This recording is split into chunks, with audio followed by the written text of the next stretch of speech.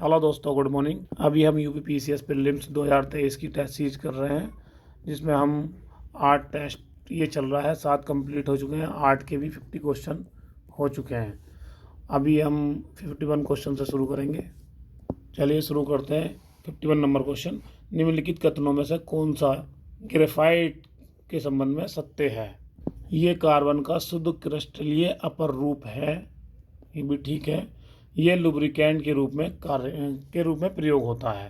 तो ए और बी दोनों, मतलब 1 और 2 दोनों सही हैं, तो सी ऑप्शन इसका करेक्ट हो जाएगा। तो अगर ग्रेफाइट की बात करें तो ग्रेफाइट को काला शीशा भी कहा जाता है। ग्रेफाइट की क्रिस्टल में कार्बन के जो परमाणु होते हैं वो षष्ठ रूप में जुड़े रहते हैं, षष्ठभुजों के रूप में, जैसे ये दिखाया था।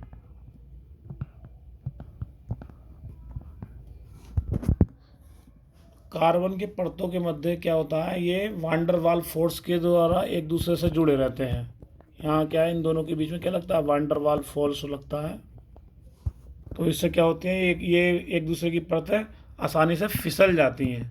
ठीक है, इसी कारण क्या होता है, ये सॉफ्ट होता है ग्रेफाइट, और एक लुब्रिकेंट के रूप में काम करता है। और ग्रेफाइट में विद्युत चालकता का होने के कारण इसका प्रयोग इलेक्ट्रोड बनाने के लिए भी यूज़ होता है, पेंसिल बनाने में होता है। परमाणु रिएक्टर में ग्रेफाइट का उपयोग मंदक के रूप में किया जाता है। ग्रेफाइट की संरचना sp2 संकरण के रूप में पाई जाती है। नेक्स्ट देखते हैं। निम्नलिखित में से किस एक कार्बनिक यौगिक का उपयोग बिजली में से लगी आग को बुझाने में होता है? बिजली से लगी आग को बुझाने में कार्बन टेट्राक्लोराइड मतलब CCl4 का यूज़ होता है, और इसी को ही पायरीन बोला जाता है। तो पायरीन इसका यह ए ऑप्शन हो जाएगा।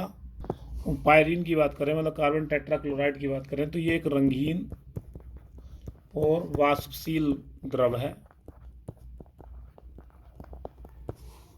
और मीथेन के क्लोरीनीकरण के कारण CCl4 को प्राप्त किया जाता है, और इसका उपयोग मैन रूप से किस लिए किया जाता है, बिजली से लगी आग को बुझाने में किया जाता है। और यहाँ फ्रियोन की बात करें तो ये क्लोरोफ्लोरोकार्बन है। इसके अंदर क्या होता है, कार्बन, फ्लोरीन और क्लोरीन होती है। ये फ्रीज के प्रशीतक के रूप में कार्य करता है। ये एक ग्रीन हाउस गैस है जो ओजोन के क्षरण के लिए जिम्मेदार है, और इसके उपयोग को सीमित करने के लिए मॉन्ट्रियल प्रोटोकॉल किया गया था 1985 में। और ग्लिसरॉल का व्यापारिक नाम क्या है, ग्लिसरीन है। इसका उपयोग किस लिए किया जाता है, छापे की सिपाही और जूतों के पॉलिश आदि बनाने में किया जाता है। और अगर ग्लाइकोल की बात करें तो ग्लाइकोल का प्रयोग किया जाता है ऑटोमोबाइल के रेडिएटर के एंटी फ्रीजिंग के लिए। ठीक है, नेक्स्ट देखते हैं। जल के अंदर पड़ी हुई मछली का वास्तविक गहराई से कुछ ऊपर की ओर उठी हुई दिखाई पड़ना किस घटना से संबंधित है? तो ये संबंधित है अपवर्तन की घटना। अगर प्रकाश के अपवर्तन की बात करते हैं तो जब एक किरण एक माध्यम से दूसरे माध्यम से की तरफ जाती है, तो या तो वो अविलंब की ओर झुक जाएगी या फिर दूर हट जाएगी। यदि अविलंब की ओर झुक गई तो ये सघन माध्यम हो जाएगा, ये विरल माध्यम हो जाएगा। या अविलंब से दूर होगी तो ये सघन हो जाएगा, ये विरल हो जाएगा। अपवर्तन की बात करें तो जो व्यवहारिक लाइफ में कौन कौन से उदाहरण होते हैं, जैसे जल से भरे कोई बर्तन है, तो बर्तन में कोई अगर तालाब यानी कि इसमें कोई सिक्का वगैरह डला हुआ तो वो उथला हुआ दिखाई देता है, मतलब ऊपर उठा हुआ दिखाई देता है। पानी का भरा गिलास है, इसमें नींबू रख दिया जाए और साइड से देखा जाए तो उसका आकार बड़ा दिखाई देता है। यदि किसी द्रव में पेंसिल डाली जाए फिर देखा जाए साइड से तो ये तिरछी दिखाई देती है। प्रकाश के अपवर्तन के कारण ही सूर्य और वास्तविक सूर्योदय से पहले ही दिखाई दे जाता है, और सूर्यास्त भी कुछ समय तक दिखाई देता है। अगर बात करें कि सूर्यास्त और आभासी सूर्यास्त जो हमें दिखाई दे रहा है उसमें कितना टाइम होता है, 2 मिनट का टाइम रहता है। फिर नेक्स्ट देखते हैं।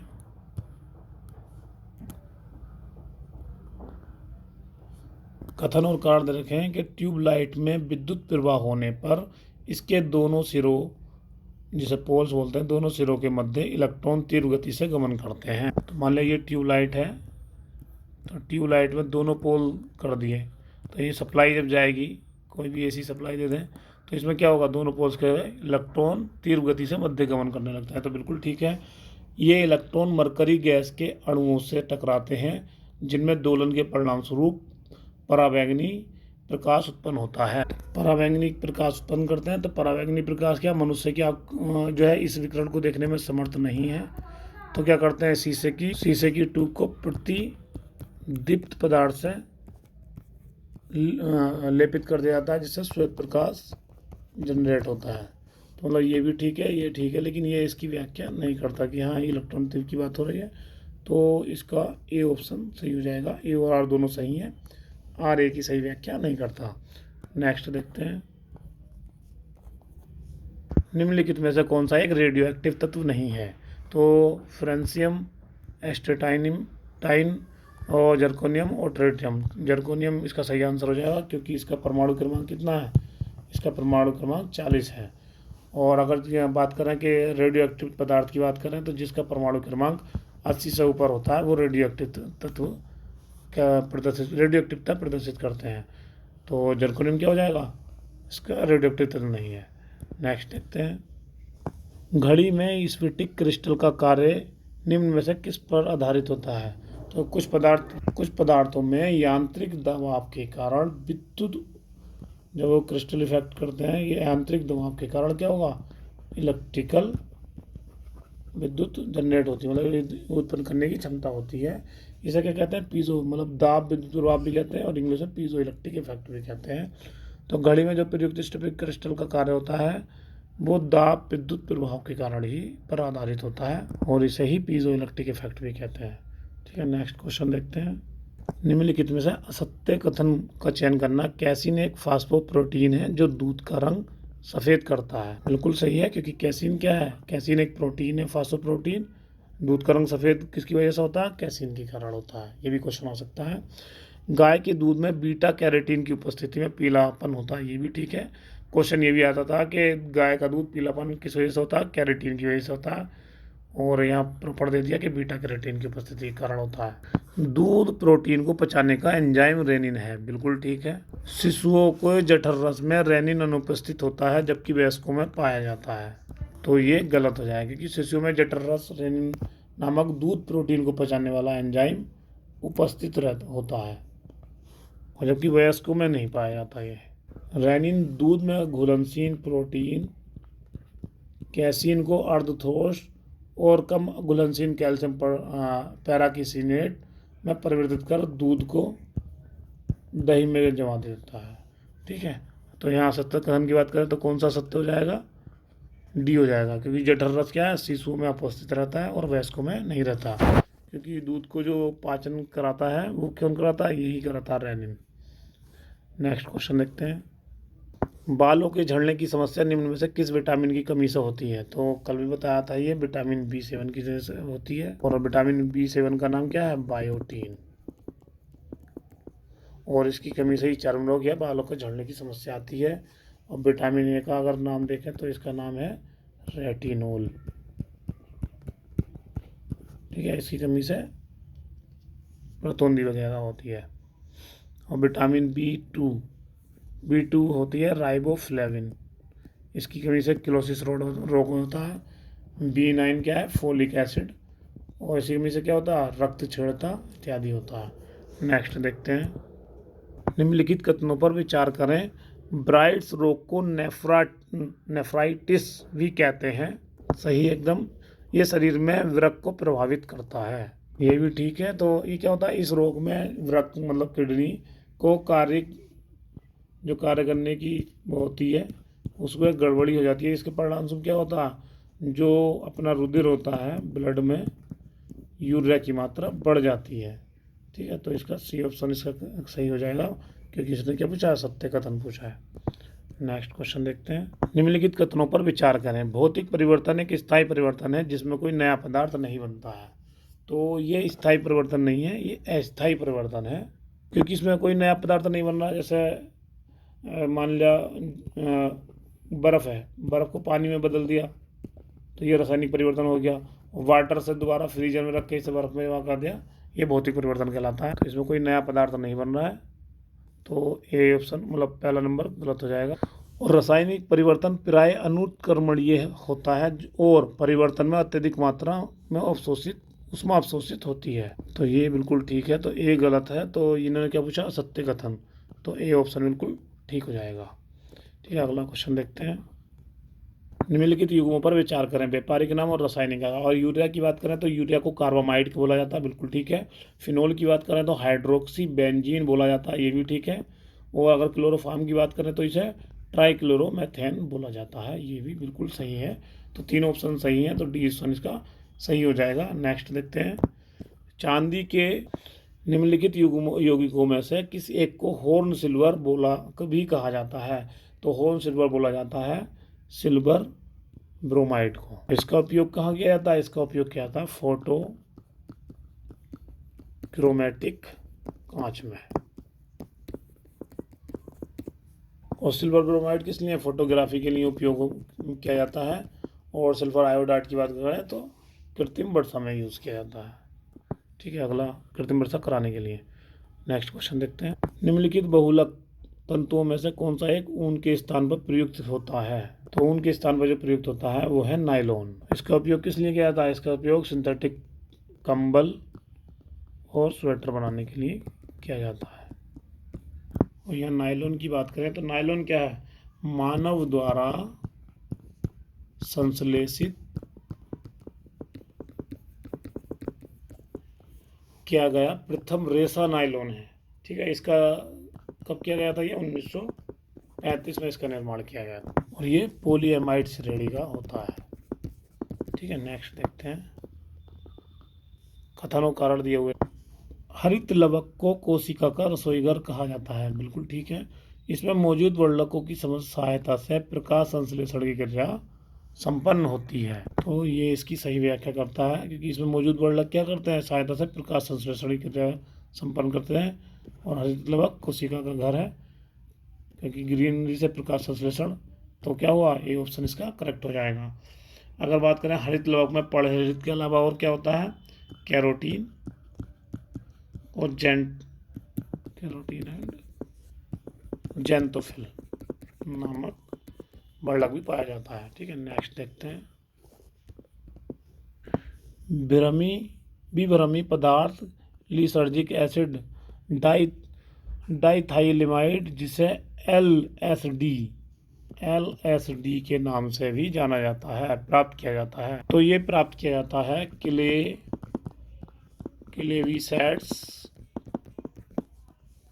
क्लेविसैड्स पुरपपिया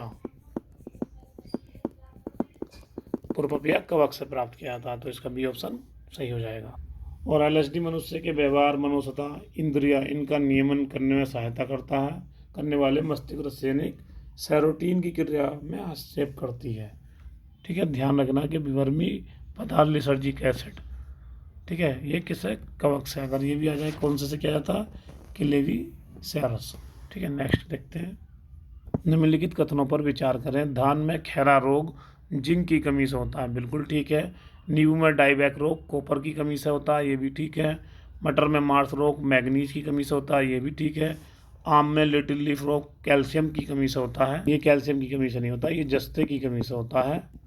तो 1 2 3 सही है, तो इसका सी ऑप्शन इसका करेक्ट हो जाएगा, क्योंकि क्वेश्चन क्या पूछा है? सत्य कथन।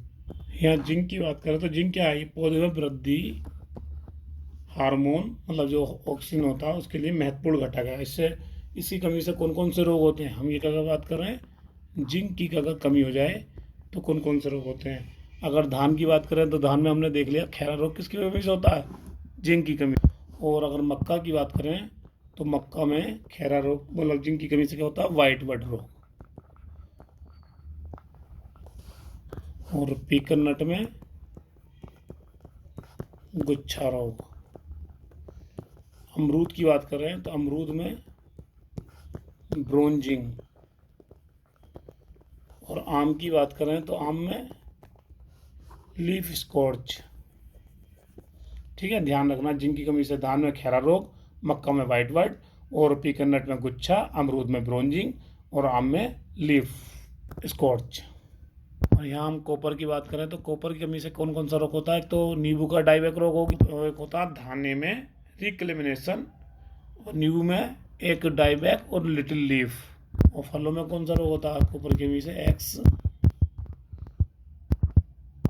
एक्सैंथीमा, ठीक है, एक्सैंथीमा, ठीक है। नेक्स्ट क्वेश्चन देखते हैं। निम्नलिखित में से किस एक को एरिथ्रोसाइट के नाम से भी जाना जाता है? तो एरिथ्रोसाइट की जगह लाल रुद्र कणों मतलब आरबीसी को भी कहा जाता है। ये सिर्फ किस में पाई जाती हैं? ये सिर्फ कशेरुकियों के रुधिर में ही पाई जाती हैं। आरबीसी का रंग क्या है? लाल रंग किसके कारण होता है? ये हीमोग्लोबिन नामक प्रोटीन के कारण होता है। रक्त क्या है? रक्त की बात करें तो तरल संयोजी है, जो एक क्षारीय विलयन होता है, क्योंकि इसका पीएच मान कितना होता है? 7.4। अगर वयस्क मनुष्य की बात करें तो 5 से 6 लीटर पाया जाता है, और वयस्क महिला का कितना होता है? इसमें 1 लीटर कम होता है। रक्त के दो प्रमुख, एक क्या होता है? प्लाज्मा, और दूसरा होता है रक्त कणिकाएं। और रक्त कणिकाएं की बात करें तो क्योंकि रक्त का क्या है, ये लगभग 55% क्या होता है? प्लाज्मा, और ये 45%। 45% में इसमें आरबीसी, डब्ल्यूबीसी और प्लेटलेट्स होती हैं, और ये कशेरुकी में होती हैं, और ये लगभग 40% रुधिर का 40% भाग बनाती है। ठीक है, नेक्स्ट क्वेश्चन देखते हैं। निम्नलिखित में से नील गाय का वैज्ञानिक नाम है? तो नील गाय का वैज्ञानिक नाम क्या होता है? बोसिलाफस ट्रैगोकैमिलस। अगर बात करें ऑप्शन ए की, गजेला बेनेटी, तो ये किसका है? ये चिंकारा का वैज्ञानिक नाम है। और अगर इक्कस हेमियोनस की बात करें तो ये एशियाई जंगली गधा। ठीक है, नेक्स्ट क्वेश्चन देखते हैं। सूची 1 को सूची 2 से सम्मिलित करना है। सेब की बात करें तो सेब में होता है मोलिक एसिड, तो ये कचार हो जाएगा।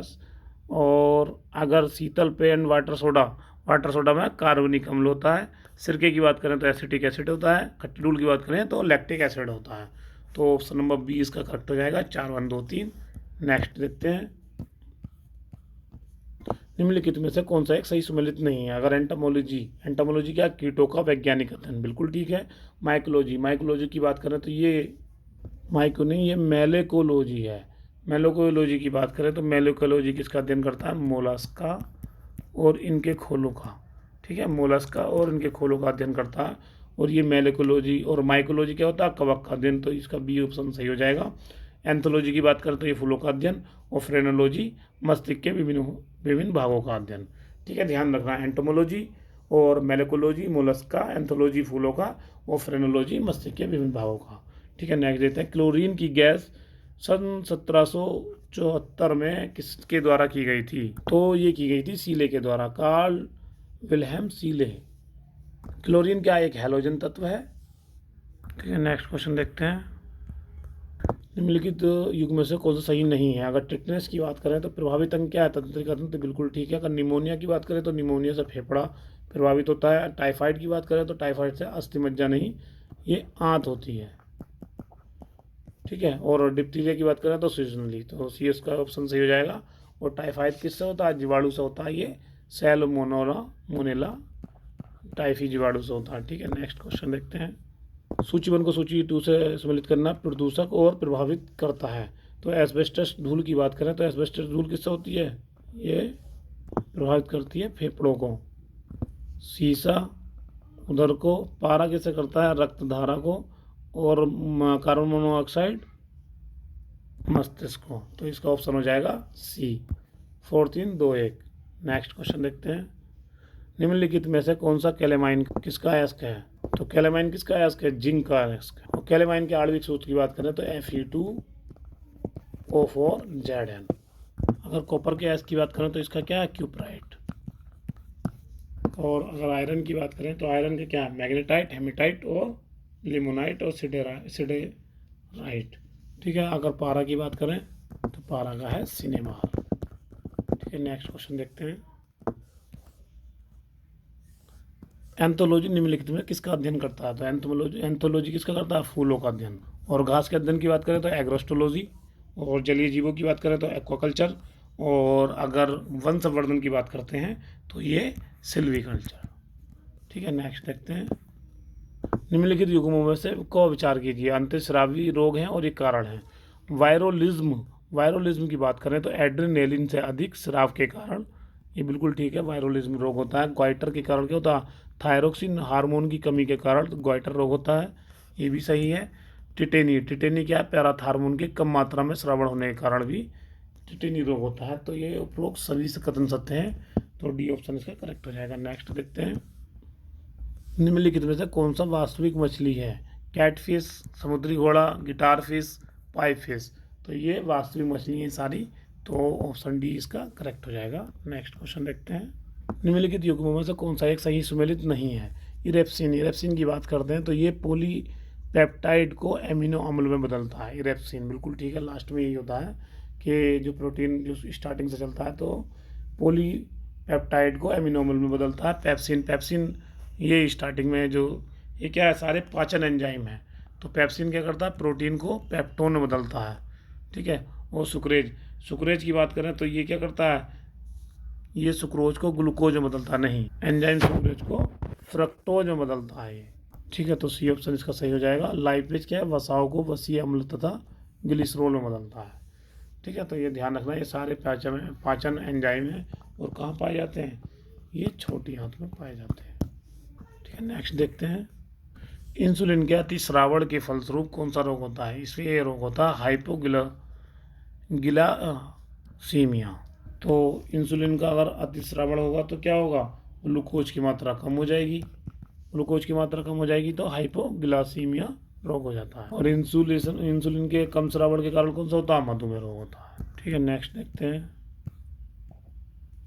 कथन और कारण दे रखें, आरबीसी में केंद्रक पाया जाता है। नहीं, आरबीसी में केंद्रक नहीं पाया जाता, तो ये गलत हो जाएगा। ये आरबीसी क्या है, रुधिर का कितना परसेंट भाग होता है, 40 से 45% भाग होता है लगभग। और जबकि ऊँट के आरबीसी में भी केंद्रक पाया जाता है। और ऊँट के अलावा लामा भी एक ऐसा जंतु है जिसके आरबीसी में केंद्रक होता है, जो कि ये अपवाद है, बाकी आरबीसी में केंद्रक नहीं पाया जाता। तो आर सही हो जाएगा, ये गलत हो जाएगा, मतलब डी ऑप्शन इसका सही है। अगर आरबीसी की लाइफ की बात करें तो ये कितने दिन होती है, 120 डेज। आरबीसी का निर्माण किसमें होता है, अस्थि मज्जा और क्या है, और पीलिया हमें ये समाप्त हो जाता है, ठीक है। नेक्स्ट देखते हैं, सूचीबद्ध को सूची सम्मिलित करना है, रोग और कारक बताने हैं, ठीक है। अगर टिटनेस की बात करें तो टिटनेस किससे होता है, जीवाणु से होता है। अगर ट्रैकोमा की बात करें तो ट्रैकोमा विषाणु से होता है। और पायरिया की बात करें तो पायरिया प्रोटोजोआ से होता है। और एथलीट फुट कवक से होता है, ठीक है। तो डी ऑप्शन इसका करेक्ट हो जाएगा, 2 1 4 3, ठीक है। नेक्स्ट क्वेश्चन देखते हैं, निम्नलिखित में कौन सा एक सत्य कथन है? उपास्थि में ओसीन नामक प्रोटीन पाया जाता है। ओसीन नामक प्रोटीन क्या में पाया जाता है, अस्थि में पाया जाता है। और उपास्थि की बात करें तो उसमें क्या पाया जाता है, मैट्रिक्स अर्धोटोस। तो एक गलत हो जाएगा। लिगामेंट हड्डी से हड्डी को जोड़ता है, ये ठीक है, जिससे कि अस्थि अपनी जगह बनाए रहती हैं। तो दूसरा ऑप्शन सही हो जाएगा। इन्होंने क्या पूछा, सत्य कथन, तो बी ऑप्शन इसका करेक्ट हो जाएगा। यहाँ टेंडन की बात करें तो ये हड्डी को मांसपेशियों से जोड़े रखता है, ठीक है। नेक्स्ट देखते हैं, निम्न में से कौन सा प्रोटोजोआ जनित रोग नहीं है? तो मलेरिया, कालाजार, पायरिया, मधुमेह क्या है, प्रोटोजोआ रोग नहीं है, क्योंकि इसमें क्या होता है, मधुमेह में अग्नाशय द्वारा इंसुलिन हार्मोन के स्रावण होने के कारण होता है। अगर इंसुलिन कम स्रावण होगा तो मधुमेह रोग हो जाता है। और अगर मलेरिया की बात करें तो मलेरिया किससे होता है, प्लाज्मोडियम प्रोटोजोआ कारण। और कालाजार होता है लीशमेनिया। और पायरिया किससे होता है, एंटमीबा जिंजीवेलिस। और प्रोटोजोआ से अलग और रोग की बात करें तो और कौन सा रोग होता है, निद्रा रोग भी प्रोटोजोआ से होता है ये। और अमीबी पेचिस वगैरह भी ये प्रोटोजोआ से होती है, ठीक है। नेक्स्ट देखते हैं, सूचीबद्ध को सूची 2 से सम्मिलित करना है। और मूली में तीखापन किसके कारण होता है, आइसोसाइनेट, एक का चौथा। और मिर्च का चरपचराहट किसके कारण होता है, ये कैप्साइसिन के कारण होता है। आलू में जो हरापन होता है वो किस कारण होता था, सेलेनिन के कारण होता है। और गाजर में नारंगी रंग किसके कारण होता है, कैरोटीन के कारण होता है। तो 4 3 1 2, ये ऑप्शन इसका करेक्ट हो जाएगा। नेक्स्ट देखते हैं, स्पायरोमीटर से मापा जाता है। स्पायरोमीटर से क्या मापा जाता है, श्वास का मापन, कि सांस के द्वारा प्रति मिनट कितने 250 ml ऑक्सीजन ग्रहण की जाती है और 220 ml कार्बन डाइऑक्साइड बाहर निकाली जाती है, ठीक है। तो स्पायरोमीटर से इसका मापन किया जाता है। नेक्स्ट क्वेश्चन देखते हैं, कथन और कारण की बात की है। बर्फ का टुकड़ा पेय पदार्थ को ठंडा बना देता है, बिल्कुल ठीक है। बर्फ पिघलने के लिए पेय से गुप्त उष्मा लेता है और वह ठंडा हो जाता है। तो ये भी ठीक है, क्योंकि अगर बर्फ़ को डालेंगे तो तापमान में कमी आ जाती है और वो ठंडा हो जाता है। तो आर इसकी सही व्याख्या करता है, तो ये इसका सही आंसर हो जाएगा। नेक्स्ट क्वेश्चन देखते हैं। मेगावाट बिजली को मापने की इकाई है। तो मेगावाट क्या है? जब भी अगर कोई पावर स्टेशन की बात करेंगे तो ये इतने मेगावाट का है, तो क्या ये होगा? ये उत्पादित क्षमता को, मतलब उत्पादित को की जाती है, उसे ही मेगावाट्स को दर्शाया जाता है। नेक्स्ट क्वेश्चन देखते हैं। ग्लाइकोलिसिस का में किसका निर्माण होता है? ग्लाइकोलिसिस की बात करें तो ये कोशिकीय श्वसन की पहली अवस्था है। अंत्य श्वसन की ग्लाइकोलिसिस अवस्था ऑक्सी तथा अनऑक्सी दोनों में वनिष्ठ होती है। इसमें क्या होता है? ग्लूकोज से पायरुविक अम्ल को बनाया जाता है, मतलब ग्लूकोज से पायरुविक अम्ल का निर्माण होता है। ठीक है, नेक्स्ट क्वेश्चन देखते हैं। आंतों की सबसे अंदर की परत किन कोशिकाओं की बनी होती है? तो आंत मनुष्य का प्रमुख क्या है? उत्सर्जी अंग है। और आंतों के सबसे ऊपर की परत क्या होती है?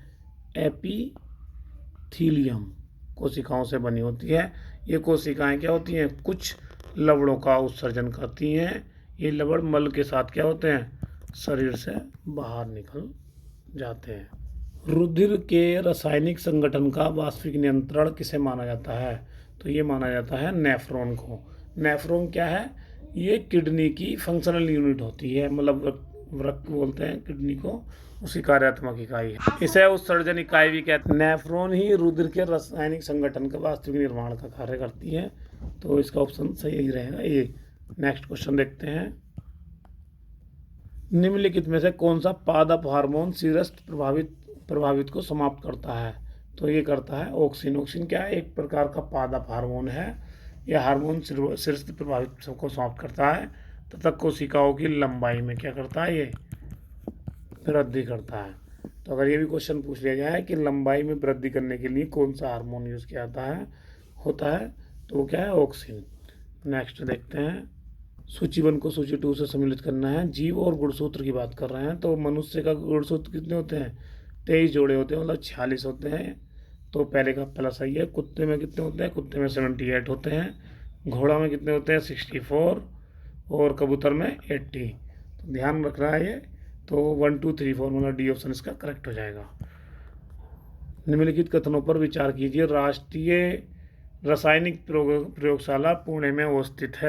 तो ये सही है, ये महाराष्ट्र के पुणे में अवस्थित है। ये क्या है? CSIR का एक संगठन इकाई है, और इसका गठन कब हुआ था? 1950 में हुआ था। तो दोनों कथन सत्य हैं, तो इन्होंने क्या पूछा? सत्य कथन। तो दोनों सत्य हैं, तो डी, ना तो 1 ना ही 2। ठीक है, नेक्स्ट क्वेश्चन देखते हैं। निम्न युग्मों में से कौन सा सही सम्मिलित नहीं है? अगर हिमेटोलॉजी की बात करते हैं तो रुधिर रोगों का अध्ययन करता है, बिल्कुल ठीक है। हर्पेटोलॉजी सरीसृप का अध्ययन, बिल्कुल ठीक है। इक्थियोलॉजी की बात करें तो मछलियों का अध्ययन, और ऑर्निथोलॉजी की बात करें तो सर्पों का अध्ययन नहीं करता, ये करता है पक्षियों का अध्ययन। सर्पों के अध्ययन की बात करें तो ये किसका करता है? ओफियोलॉजी। ठीक है, तो डी ऑप्शन इसका सही है। नेक्स्ट देखते हैं। कथन और कारण की बात करिए। कथन क्या है? हाइपोग्लाइसीमिया रोग इंसुलिन के अल्प श्रावण के कारण होता है। अगर इंसुलिन का अल्प श्रावण होगा और ग्लूकोज की मात्रा अधिक होगी तो क्या रोग होता है? मधुमेह रोग। और ये इंसुलिन का अधिक श्रावण होगा, ग्लूकोज की मात्रा कम हो जाती है, तो होता है ये हाइपोग्लाइसीमिया। मतलब कथन क्या हो जाएगा? गलत हो जाएगा। तो कारण में बात की गई है, ये रोग रुधिर में ग्लूकोज की मात्रा कम करता है। तो हाइपोग्लाइसीमिया क्या कर रहा है? ये इंसुलिन का ज़्यादा और ग्लूकोज कम करता, तो ग्लूकोज की मात्रा कम करता। तो आर सही है, तो ए सही, ए गलत, आर सही, तो डी ऑप्शन इसका ठीक है। नेक्स्ट क्वेश्चन देखते हैं। निम्नलिखित में कौन सा एक आनुवंशिक रोग नहीं है? डाउन सिंड्रोम बिल्कुल है, टर्नर सिंड्रोम भी है, स्लीपिंग सिकनेस अभी पढ़ाया था, ये किसकी वजह से होता है? ये होता है प्रोटोजोआ के कारण होता है, ये ट्रिप्नोसोमा नामक प्रोटोजोआ के कारण। ठीक है, हीमोफीलिया भी आनुवंशिक रोग है। और स्लीपिंग सिकनेस किसकी वजह से होता है? ये होता है सीसी मक्खी के कारण होता है। और ये लास्ट ईयर UPPCS 2022 में आया भी था कि सीसी रोग किसके कारण होता है। और डाउन सिंड्रोम की बात करें तो ये क्या? अर्धसूत्री विभाजन में अनियमितता के कारण होता है। क्योंकि इसमें क्या होता है कि इसमें जो क्रोमोसोम का 21वां जोड़ा होता है, तो इसमें 2 2 गुणसूत्र की बजाय क्या होता है 3 गुणसूत्र हो जाते हैं। गुणसूत्र के जोड़ों में इसकी वृद्धि का इसे बोला जाता है, इसे ट्राइसोमी भी बोला जाता है डाउन सिंड्रोम को। इस सिंड्रोम वाले व्यक्ति की मृत्यु 16 से 17 साल की वर्ष में हो जाती है। इसके इफेक्ट की बात करें तो क्या होता है, इसका कद छोटा होता है, अवरुद्ध मानसिक विकास होता है, गोल सिर होता है और मोटी जीभ होती है और आंखें तिरछी होती हैं मंगोलों की तरह। इस रोग के औसतन की बात करें तो मतलब 700 में से 1 पाया जाता है। और अगर टर्नर सिंड्रोम की बात करें तो टर्नर सिंड्रोम में क्या होता है, जैसे 44 में से 2 सेक्स जोड़े होते हैं, 44 और 2 सेक्स जोड़े होते हैं, उसमें क्या होता है 2 की बजाय इसमें क्या था 3 हो रहा है, इसमें क्या 1 रह जाता है। तो टोटल कितने हो जाते हैं 44 + 1 45 हो जाते हैं। तो इसी चीज को क्या करते हैं टर्नर सिंड्रोम बोलते हैं। तो इस दशा को क्या बोलते हैं, इसे मोनोसोमी।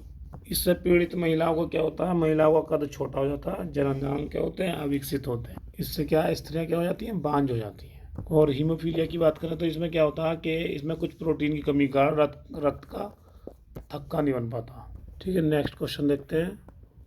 निम्नलिखित कथनों पर विचार करें। बाह्यस्रावी ग्रंथि से स्रावित होने वाले स्राव को क्या कहते हैं, एंजाइम कहा जाता है।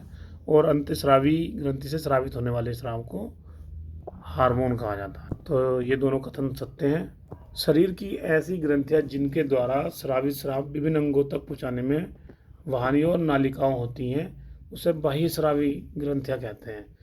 ठीक है, और जो बाहर तो उसमें से प्रभावित होने वाले स्राव को क्या होते हैं एंजाइम। और अंतस्रावी ग्रंथियों में ये नालिका विहीन होती हैं। ठीक है, ध्यान रखना, बाह्यस्रावी क्या नालिका वाली होती हैं और ये नालिका विहीन होती हैं, उनसे निकलने वाला स्राव क्या होता है हार्मोन होता है। तो दोनों सत्य है। इन्होंने क्या पूछा सत्य, तो डी ऑप्शन हो जाएगा इसका, ना तो 1 ना ही 2। नेक्स्ट क्वेश्चन देखते हैं। निम्नलिखित में से कौन सा विरक्त के कार्य के अंतर्गत आते हैं। ये रक्त में हाइड्रोजन आयन सांद्रता पीएच का नियंत्रण करता है, बिल्कुल ठीक है। रक्त में परासरणिक दाब का नियंत्रण करता है, ये भी ठीक है। शर्करा अमीनो अम्ल आदि के अधिशेष भाग का निष्कासन करता है। तो सारे सही हैं, डी ऑप्शन इसका सही है। नेक्स्ट क्वेश्चन देखते हैं। निम्नलिखित युग्मों में से कौन सा एक सही नहीं है। यूरेनियम 238 परमाणु बम, बिल्कुल ठीक। हाइड्रोक्लोरिक एसिड संचायक सेल नहीं, संचायक सेलों का निर्माण किससे होता है H2SO4, जिसे सल्फ्यूरिक एसिड भी बोला जाता है, तो इसका बी सही हो जाएगा। पोटेशियम क्लोराइड माचिस, बिल्कुल ठीक है।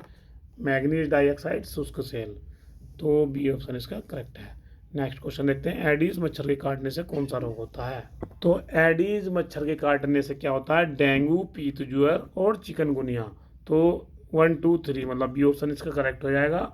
अगर इसकी बात करें मलेरिया की, तो मलेरिया क्या होता है एनफ्लीज मादा मच्छर के काटने से मलेरिया रोग होता है। ये बिल्कुल ध्यान रखना है, इसमें बहुत कंफ्यूजन आ जाता है कि एडीज, चाहे से रट लो एडीज, डेंगू, पीत ज्वर और चिकनगुनिया। ठीक है, एनफ्लीज से मलेरिया, तो बी ऑप्शन इसका करेक्ट हो जाएगा। दोस्तों यहाँ हम 100 क्वेश्चन कंप्लीट कर चुके हैं। आज 51 से 100 कंप्लीट किए हैं। नेक्स्ट वीडियो में फिर मिलते हैं 50 क्वेश्चन के साथ। धन्यवाद।